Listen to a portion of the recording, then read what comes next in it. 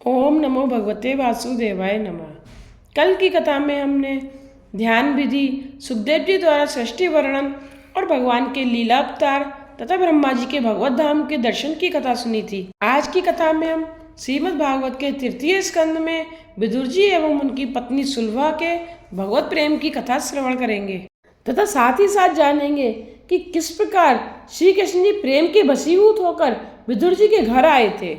आत्मा का यह शरीर बंधन में रखता है। शरीर जड़ है, आत्मा चेतन है, किंतु जड़ चेतन की यह ग्रंथि असत्य है, गलत है, क्योंकि चेतन को जड़ वस्तु किस प्रकार बांध सकती है। यह ग्रंथि असत्य होने पर भी जिस तरह स्वप्न हमें रुलाते हैं, वैसे ही यह हमें भी रुलाती है। तात्विक दृष्टि से देखें तो हम यह नहीं कह सकते कि जड़ शरीर चेतन आत्मा को बांध कर रख सकता है। चेतन आत्मा को जड़ शरीर बंधन में नहीं रखता। आत्मा शरीर से भिन्न है, यह बात सभी जानते हैं, किंतु इसका अनुभव बहुत कम लोग कर पाते हैं। सुखदेव जी कहते हैं, हे राजन, तुम जो प्रश्न करते हो वैसे ही प्रश्न विदुर जी ने मैत्रेय जी से पूछे थे। ये विदुर जी ऐसे हैं कि आमंत्रण के बिना भी भगवान उनके घर गए थे। परीक्षित ने कहा कि विदुर जी और मैत्रेय जी का मिलन कब हुआ, वह मुझे बताइए। सुखदेव जी कहते हैं कि आमंत्रण पाए बिना ही भगवान विदुर जी के घर गए थे। उस प्रसंग की बात पहले बता दूं। धृतराष्ट्र ने पांडवों को लाक्षागृह में जला देने का प्रयत्न किया था। विदुर जी ने धृतराष्ट्र को उपदेश दिया, किंतु उसका धृतराष्ट्र पर कुछ भी असर नहीं हुआ। विदुर जी ने सोचा कि यह धृतराष्ट्र दुष्ट है, उसके कुसंग से मेरी बुद्धि भी भ्रष्ट हो जाएगी। फिर भी उन्होंने उसको कई बार उपदेश दिया, किंतु धृतराष्ट्र ने एक भी नहीं सुनी। तो विदुर जी ने उसके घर को ही छोड़ दिया। विदुर जी अपनी पत्नी सुलभा के साथ समृद्ध घर का त्याग करके वन में चले गए। वनवास के बिना जीवन में सुवास नहीं आ सकता, इसीलिए तो पांडवों ने और भगवान रामचंद्र जी ने भी वनवास किया था। विदुर जी तो पहले ही से तपस्वी सा जीवन बिताते थे और भगवान का कीर्तन करते थे, इसलिए दुर्योधन के 56 भोगों को छोड़कर श्री कृष्ण ने विदुर जी के घर भाजी का प्राशन किया। विदुर और सुलभा वन में नदी के किनारे कुटिया बनाकर रहने लगे और तपचर्या करने लगे। वे हर रोज 3 घंटे प्रभु का कीर्तन, 3 घंटे प्रभु की सेवा करने लगे। 12 वर्ष तक वे इस प्रकार भगवान की आराधना करते रहे। मन को सतत सत्कर्म में लगाए रखो, नहीं तो मन निठल्ला होकर पाप करेगा। भगवान का वे कीर्तन करते थे और भूख लगने पर भाजी खाते थे। भोजन करना पाप नहीं है, भोजन में ही खो जाना और भोजन करते समय भगवान को भूल जाना पाप है। कई लोग खड़ी खाते खाते उसी में खो जाते हैं और अगले दिन माला फेरते हुए भी कड़ी को याद करते हैं। मन में सोचते हैं, कल कड़ी बहुत स्वादिष्ट थी। विदुर जी ने सुना कि द्वारकानाथ संधि कराने के लिए हस्तिनापुर आ रहे हैं। धृतराष्ट्र ने सेवकों को आज्ञा दी कि कृष्ण के स्वागत की तैयारी करो, 56 भोग लगाओ। धृतराष्ट्र यह सेवा कुभाव से करते थे। सेवा सद्भाव से करनी चाहिए। कुभाव से सेवा करने वाले पर भगवान प्रसन्न नहीं होते। जो सद्भाव से सेवा करते हैं उनकी सेवा से वे प्रसन्न होते हैं। विदुर जी गंगा स्नान करने गए थे। वहाँ उन्होंने सुना कि कल तो रथ यात्रा निकलेगी। पूछने पर लोगों ने बताया कि कल द्वारिका से भगवान श्री कृष्ण आ रहे हैं। विदुर जी घर लौटे। वे बड़े ही आनंदमय दिख रहे थे। उनकी पत्नी ने पूछा, क्या बात है, आज आप बड़े खुश दिखाई दे रहे हैं। विदुर जी ने कहा, सत्संग में सारी बात कहूँगा। मैंने कथा में सुना था कि जो 12 वर्षों तक सतत सत्कर्म करे उस पर भगवान कृपा करते हैं। 12 वर्ष एक ही स्थान में रहकर ध्यान करने वालों को प्रभु के दर्शन होते हैं। मुझे लगता है कि द्वारकानाथ दुर्योधन के लिए नहीं किंतु मेरे लिए आ रहे हैं। सुलभा ने कहा कि मुझे स्वप्न में रथ यात्रा के दर्शन हुए थे। वह स्वप्न सच होगा? 12 वर्षों से मैंने कभी अन्न नहीं खाया। विदुर जी कहते हैं कि देवी, तुम्हारी तपचर्या का फल मिलेगा, कल परमात्मा के दर्शन होंगे। सुलभा देवी ने विदुर जी से पूछा कि आपका प्रभु के साथ कोई परिचय भी है? विदुर जी ने कहा कि जब मैं कृष्ण बंधन करता हूँ तो वे मुझे चाचा कहकर पुकारते हैं। मैं तो उनसे कहता हूँ कि मैं तो अधम हूँ, आपका दासानुदास हूँ, मुझे चाचा मत कहो। जीव जब नम्र होकर प्रभु की शरण में जाता है तो ईश्वर उसका सम्मान करते हैं। सुलभा के मन में एक ही भावना है कि ठाकुर जी मेरे घर पर भोजन करें और मैं उन्हें प्रत्यक्ष निहारूं। सुलभा कहती है कि वे आपके परिचित हैं तो उनको हमारे घर पर पधारने का न्योता दीजिए। मैं भावना से तो रोज भगवान का भोग लगाती हूँ। अब मेरी यही इच्छा है कि मेरी दृष्टि के समक्ष वे प्रत्यक्ष रूप से भोजन करें। विदुर जी कहते हैं कि मेरे आमंत्रण को अस्वीकार तो वे नहीं करेंगे, किंतु इस छोटी सी झोपड़ी में हम उनका आदर सत्कार कैसे करेंगे? उनके आगमन से हमें तो आनंद मिलेगा, किंतु उनको तो कष्ट ही होगा। मेरे भगवान 56 भोगों का प्राशन करते हैं। धृतराष्ट्र के घर उनका भली भांति स्वागत होगा। मेरे पास तो भाजी के सिवाय कुछ भी नहीं है, मैं उन्हें क्या अर्पण करूँगा? हमारे यहाँ आने से ठाकुर जी को परिश्रम होगा। अपने सुख के लिए मैं भगवान को जरा भी कष्ट नहीं देना चाहता, यही पुष्टि भक्ति है। सुलभा ने कहा कि मेरे घर पर चाहे दूसरी कोई भी चीज़ भले ही ना हो, किंतु मेरे हृदय में प्रभु के लिए अपार प्रेम तो है। वह प्रेम ही तो मैं ठाकुर जी के चरणों में समर्पित कर दूंगी। हम जो भाजी खाते हैं ना, वही मैं ठाकुर जी को प्रेम से खिलाऊंगी। जीव के सुधरने पर जीवन भी सुधरता है और जीव के बिगड़ने पर जीवन भी बिगड़ता है। सीधा साधा भोजन करने से जीवन शुद्ध होता है। यदि आहार सादगीपूर्ण और शुद्ध होगा तो शरीर में सात्विक गुण की वृद्धि होगी। सत्वगुण के बढ़ने से सहन शक्ति भी बढ़ती है और अंत में बुद्धि स्थिर होती है। अतः विदुर जी की भांति अच्छे सादगी भरा जीवन जियो। जिनका जीवन सीधा साधा है वह अवश्य साधु बनेगा। सुलभा ने कहा कि मैं गरीब हूँ तो क्या हुआ, गरीब होना कोई अपराध है क्या? आपने कथा में कई बार कहा है प्रभु प्यार के भूखे हैं, भगवान गरीबों से अधिक प्यार रखते हैं। विदुर जी ने कहा भगवान राजा प्रसाद में जाएंगे तो वहाँ सुख से रहेंगे, मेरे घर में उनको कष्ट होगा, इसलिए मैं भगवान को यहाँ लाना नहीं चाहता। देवी, हमारे अंदर कुछ पाप अभी बाकी हैं, मैं तुम्हें कल कृष्ण के दर्शन कराने के लिए ले जाऊंगा, किंतु ठाकुर जी अपने घर आए ऐसी आशा कभी मत करना। वे बाद में कभी हमारे यहाँ आएंगे अवश्य, पर कल नहीं आएंगे। वैष्णव इस आशा के सहारे ही जीता है कि मेरे प्रभु आज नहीं तो 5-10 वर्षों के बाद कभी तो आएंगे, और नहीं तो कम से कम मेरे जीवन के अंतकाल में आएंगे ही। सुलभा सोचती है कि पति संकोचवश आमंत्रण नहीं दे रहे हैं, किंतु मैं तो मन से आमंत्रित करूंगी। अगले दिन विदुर और सुलभा बालकृष्ण की सेवा करते हैं। बालकृष्ण स्मित कर रहे हैं, विदुर और सुलभा भगवान की प्रार्थना करते हैं। रथ यात्रा के समय मार्ग में इकट्ठे हुए ब्राह्मण वृंदों के द्वारा की गई स्तुति को सुनकर हर कदम के साथ जो द्रवित हो रहे हैं, वे दया के सागर अखिल ब्रह्मांड के बंधु और समुद्र पर कृपा करने के हेतु उनके तट पर निवास करने वाले श्री जगन्नाथ स्वामी सदा मेरे नेत्रों के सम्मुख रहें। हमेशा रथारूढ़ द्वारकानाथ के दर्शन करो। भगवान रथ पर बैठकर जा रहे हैं। जब तक जीव शुद्ध नहीं होता तब तक परमात्मा उससे आँख नहीं मिलाते, और जब तक 4 आँखें एक न हो तब तक दर्शन में आनंद नहीं मिलता। विदुर और सुलभा भी रथ देख रहे थे।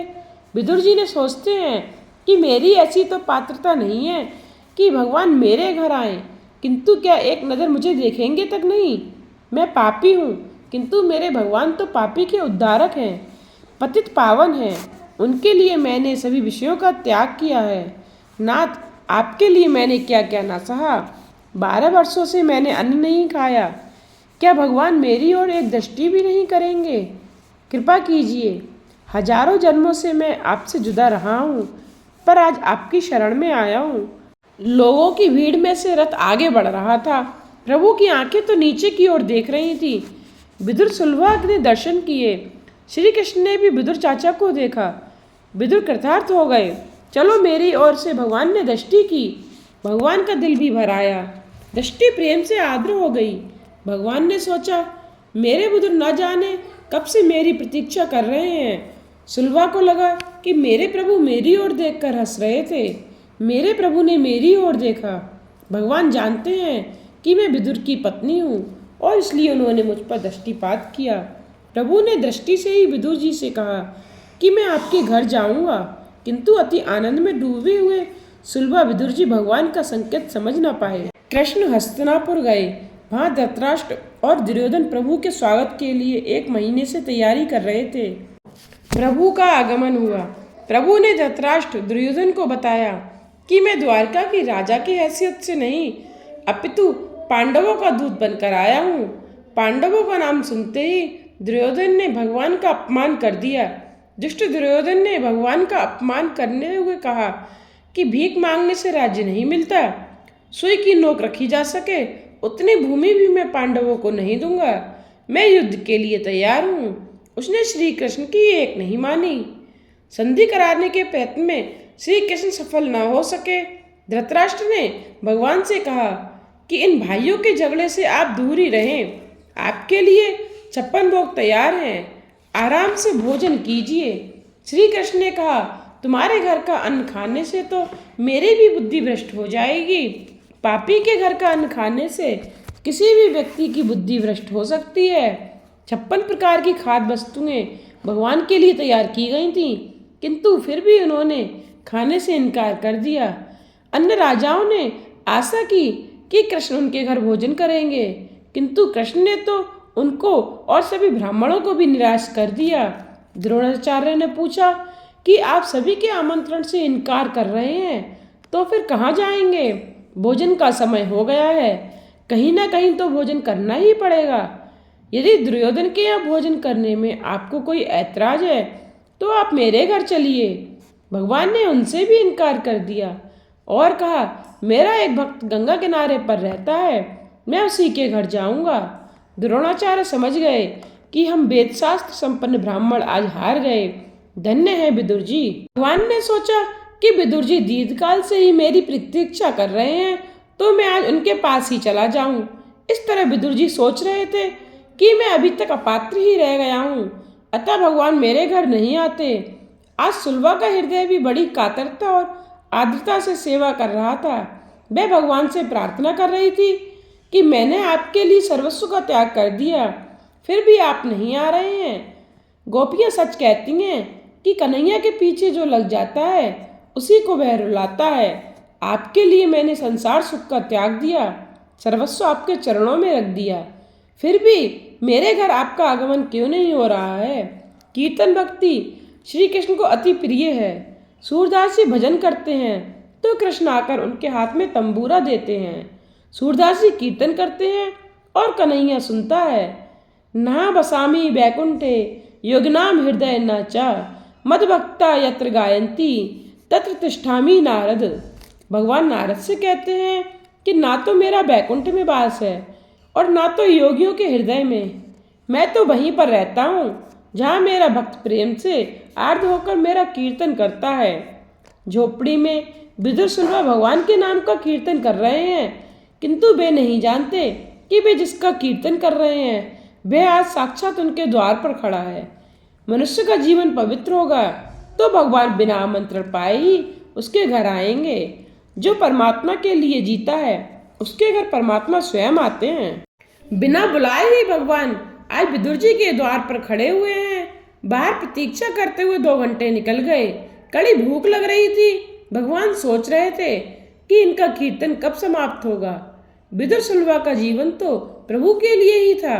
अंत में व्याकुल होकर श्री कृष्ण ने झोपड़ी का द्वार खटखटाया और कहा, चाचा जी मैं आ गया हूँ। कीर्तन करो तो ऐसा करो कि भगवान स्वयं आकर तुम्हारे घर का द्वार खटखटाएं। विदुर ने कहा, देवी द्वारकानाथ आए हैं ऐसा लगता है। द्वार खुलने पर चतुर्भुज नारायण के दर्शन हुए। अति हर्ष के साथ आवेश में विदुर सुलभा आसन तक न दे सके तो प्रभु ने स्वयं अपने हाथों से दरवासन बिछा लिया और विदुर जी को भी हाथ पकड़कर पास में बिठा लिया। भगवान ने कहा कि मैं भूखा हूँ, मुझे कुछ खाना दो। भक्ति इतनी सशक्त होती है कि वह निष्काम भगवान को भी सकाम बना देती है। वैसे तो भगवान को भूख नहीं लगती, किंतु भक्त के कारण ही उन्हें खाने की इच्छा होती है। विदुर जी ने कहा कि आपने दुर्योधन के घर भोजन नहीं किया क्या? कृष्ण ने कहा, चाचा जी जिसके घर आप नहीं खाते वहां मैं भी नहीं खा सकता।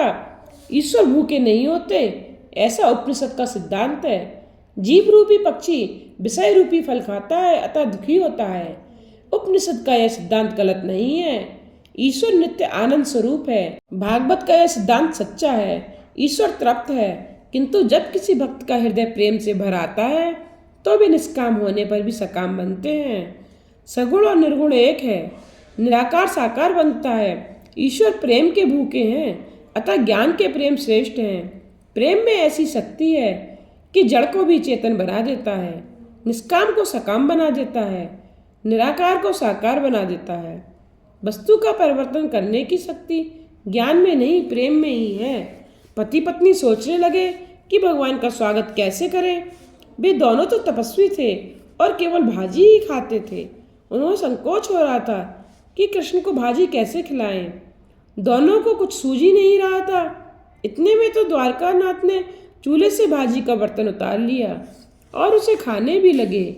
स्वादिष्टता और मिष्टता वस्तु में नहीं, प्रेम में है। शत्रु का हलवा पूरी भी विष जैसी ही लगती है। भगवान को दुर्योधन के घर के मिष्ठान अच्छे नहीं लगे, किंतु विदुर जी की भाजी खाई, अतः लोग आज भी गाते हैं। सबसे ऊंची प्रेम सगाई, दुर्योधन का मेवा त्यागो, साग विदुर घर पाई। झूठे फल सवरी के खाए, बहुविध प्रेम लगाई। प्रेम के बस नृप सेवा कीनी, आप बने हरिनाई। राम सुयग युधिष्ठिर कीनो तमे झूठ उठाई। प्रेम के बस अर्जुन रथ हाक्यो भूल गए ठकुराई। ऐसी प्रीत बड़ी वृंदावन, गोपिन नाच नचाई। सूर क्रूर इस लायक नाही, कह लगी करो बड़ाई। सुखदेव जी कहने लगे, राजन, संग का रंग मन को भी लगता है। मनुष्य जन्म से ही भ्रष्ट नहीं होता। जन्म के समय तो वह शुद्ध होता है, बड़े होने पर वह जिसके संग रहता है उसी का रंग लगता है। जैसा संग होगा वैसे ही बनोगे। सत्संग से जीवन उजागर होता है और कुसंग से भ्रष्ट होता है। सोचिए कि जब बालक का जन्म होता है तो उस समय वह निर्व्यसनी होता है। उसमें ना तो कोई बुरी आदत होती है और ना कोई अभिमान। बड़े होने पर जैसा संग मिलता है वैसा ही उसका जीवन बनने बिगड़ने लगता है। आम वृक्ष के चारों ओर बबूल लगाओगे तो आम नहीं मिलेंगे। बिलासी का संग होना तो मनुष्य बिलासी हो जाएगा और विरक्त का संग होगा तो मनुष्य विरक्त हो जाएगा। चाहे सब कुछ बिगड़ जाए, किंतु मन बुद्धि को मत बिगड़ने दो। दिल पर लगा दाग 3 जन्मों में भी शायद नहीं मिटेगा। संग का रंग मन को लगता ही है। ज्ञान, सदाचार, भक्ति, वैराग्य आदि में जो महापुरुष तुमसे बढ़कर हो, उन्हीं का आदर्श अपनी दृष्टि के समक्ष रखो। नित्य इच्छा करो कि भगवान शंकराचार्य सा ज्ञान, महाप्रभु जैसी भक्ति और सुखदेव जी जैसा वैराग्य मुझे भी मिले। प्रातःकाल में ऋषियों को याद करने से उनके सद्गुण हमारे जीवन में उतरते हैं। अपने अपने गोत्र के ऋषि को भी याद रखना चाहिए। आज तो लोगों को अपने गोत्र का भी नाम मालूम नहीं है। नित्य गोत्रोच्चारण करो, नित्य पूर्वजों का वंदन करो। हमेशा सोचते रहो कि मुझे ऋषि जैसा जीवन जीना है, ऋषि होना है, विलासी नहीं होना है। राम जी रोज वशिष्ठ जी का वंदन करते हैं, उनका सम्मान करते हैं। सांसारिक व्यवहार निभाते हुए ब्रह्म ज्ञान निभाना और भक्ति करना कठिन है। संग का असर भी खूब होता है। चोरी और व्यभिचार महापाप माने गए हैं। ऐसा पाप करने वाला यदि अपना भाई भी हो तो उसे भी छोड़ दो। किसी जीव का तिरस्कार मत करो, पर उसके पाप का तिरस्कार अवश्य ही करो। धृतराष्ट्र जैसे दुष्ट व्यक्ति के संग में मेरा जीवन भी भ्रष्ट हो जाएगा, यह सोचकर ही विदुर जी ने गृह त्याग किया था और गंगा तट पर रहकर भक्ति करते थे। भाजी खाकर भी वे संतुष्ट थे। इंद्रिय सुख में फंसा मनुष्य भक्ति नहीं कर सकता। आहार ऐसा करो कि जो इंद्रियों को और जीवन को स्वस्थ रखे। धृतराष्ट्र ने विदुर जी के लिए वैसे तो बहुत कुछ भेजा था, किंतु उन्होंने कुछ भी ग्रहण नहीं किया था। पापी के घर कुछ भी खाया नहीं जाता। अन्न दोष प्रभु के भजन कीर्तन में बाधक है। भगवान जब कृपा करते हैं तो धन संपत्ति नहीं देते, किंतु सच्चे साधु का सत्संग करवा देते हैं। सत्संग ईश्वर कृपा से ही प्राप्त होता है, किंतु कुसंग में न रहना हो तो अपने हाथ की बात है, अपने बस की ही बात है। कुसंग का अर्थ है नास्तिक का संग, कामी का संग और पापी का संग मत करो। आगे कथा आएगी कि विदुर जी ने धृतराष्ट्र दुर्योधन का त्याग किया और तीर्थ यात्रा करने चले गए, क्योंकि वे कुसंग में रहना नहीं चाहते थे। जीव जब तक लौकिक सुखों का त्याग नहीं करता है तब तक प्रभु को उसके प्रति दया नहीं आती। सर्वस्व का त्याग करके विदुर सुलभ परमेश्वर की आराधना कर रहे थे, तब चर्या करने से पाप जलते हैं, जीव शुद्ध होता है। गृहस्थ का यही धर्म है कि वह वर्ष के 11 मास घर गृहस्थी में बिताए और 1 मास किसी पवित्र तीर्थ स्थान में एकांत में रहकर भगवान की आराधना करे, तप करे। उस समय वह भक्ति तप में ही लगा रहे, अन्य प्रवृत्तियां छोड़ दे। जो भी काम करो प्रभु के लिए ही करो। तप करने से परमात्मा प्रसन्न होते हैं। तप का प्रथम चरण है जिह्वा पर अंकुश। जिस व्यक्ति की आवश्यकताएं अधिक है वह कभी तप नहीं कर सकता। आजकल लोग अपनी आवश्यकताएं बढ़ाते चले जा रहे हैं। परिणाम यह होता है कि संपत्ति और समय का व्यय इंद्रियों को बहलाने में हो जाता है। मनुष्य साधना तो करता नहीं है और ऊपर से फरियाद करता है कि भगवान दर्शन ही नहीं दे रहे हैं, भगवान सुलभ नहीं है, दुर्लभ है। विदुर जी ने परमात्मा को प्रसन्न करने के लिए भारी तपचर्या की थी और तभी भगवान को दया आई कि मेरे इस भक्त ने मेरे लिए कितने कठिन कष्ट उठाए हैं और वे बिना बुलाए ही विदुर जी के घर आ पहुँचे। विदुर जी का प्रेम ही ऐसा सच्चा था कि उनसे कुछ मांगने की स्वयं प्रभु की भी इच्छा हुई। जब भगवान के हृदय में हमसे कुछ मांगने की इच्छा जागे तभी समझो कि तुम्हारी भक्ति सच्ची है। जहाँ प्रेम है वहाँ से मांगकर भी खाया जाता है। प्रेम हो तो कन्हैया मक्खन मांगेगा, जहाँ प्रेम ना हो वहाँ से बिना मांगे मिलने पर भी खाने की इच्छा नहीं होगी। परमात्मा प्रेम के अधीन हो जाते हैं। जो ईश्वर के साथ प्रेम करने की इच्छा रखता है उसे चाहिए कि वह जगत के साथ अधिक प्रेम ना करे। जगत के साथ ना तो तिरस्कार करो ना उससे अधिक प्रेम करो। प्रेम करने के लिए पात्र है केवल ईश्वर, उसी से तुम अधिक से अधिक प्रेम करो। विदुर जी के घर परमात्मा का आगमन हुआ। विदुर जी और सुलभा की भावना तथा भक्ति सफल हो गई। ठाकुर जी ने उनके घर की भाजी का भोजन किया। सत्कर्म ऐसा करो कि बिना बुलाए भी भगवान आने की इच्छा करें। मैत्री समान व्यक्तियों से होती है। जीव तो ईश्वर के समान बने तो उससे मिलने के लिए भगवान स्वयं आएंगे। प्रभु ने धृतराष्ट्र के घर का पानी तक न पिया, सो कौरवों का नाश हो गया। सुखदेव जी राजा को कथा सुना रहे हैं। दुर्योधन ने पांडवों का राज्य हड़प लिया, पांडवों को वनवास मिला।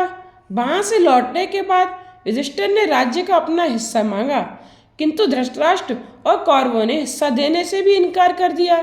भगवान श्री कृष्ण पांडवों की ओर से संधि कराने के लिए आए, किंतु कुरुराज ने उनकी बात अनसुनी कर दी। फिर विदुर जी ने धृतराष्ट्र को समझाया। विदुर जी ने धृतराष्ट्र को जो न्याय और धर्म की बातें समझाई थी वे विदुर नीति कहलाती हैं। जो औरों के धन का हरण करता है वही धृतराष्ट्र है। जिसकी आंखें केवल रुपया पैसा ही देखती हैं वह आंखें होते हुए भी अंधा ही है। पापी पुत्र पर प्रेम रखने वाला पिता धृतराष्ट्र है। उस युग में तो शायद एक ही धृतराष्ट्र था, आज तो हजारों लाखों हैं।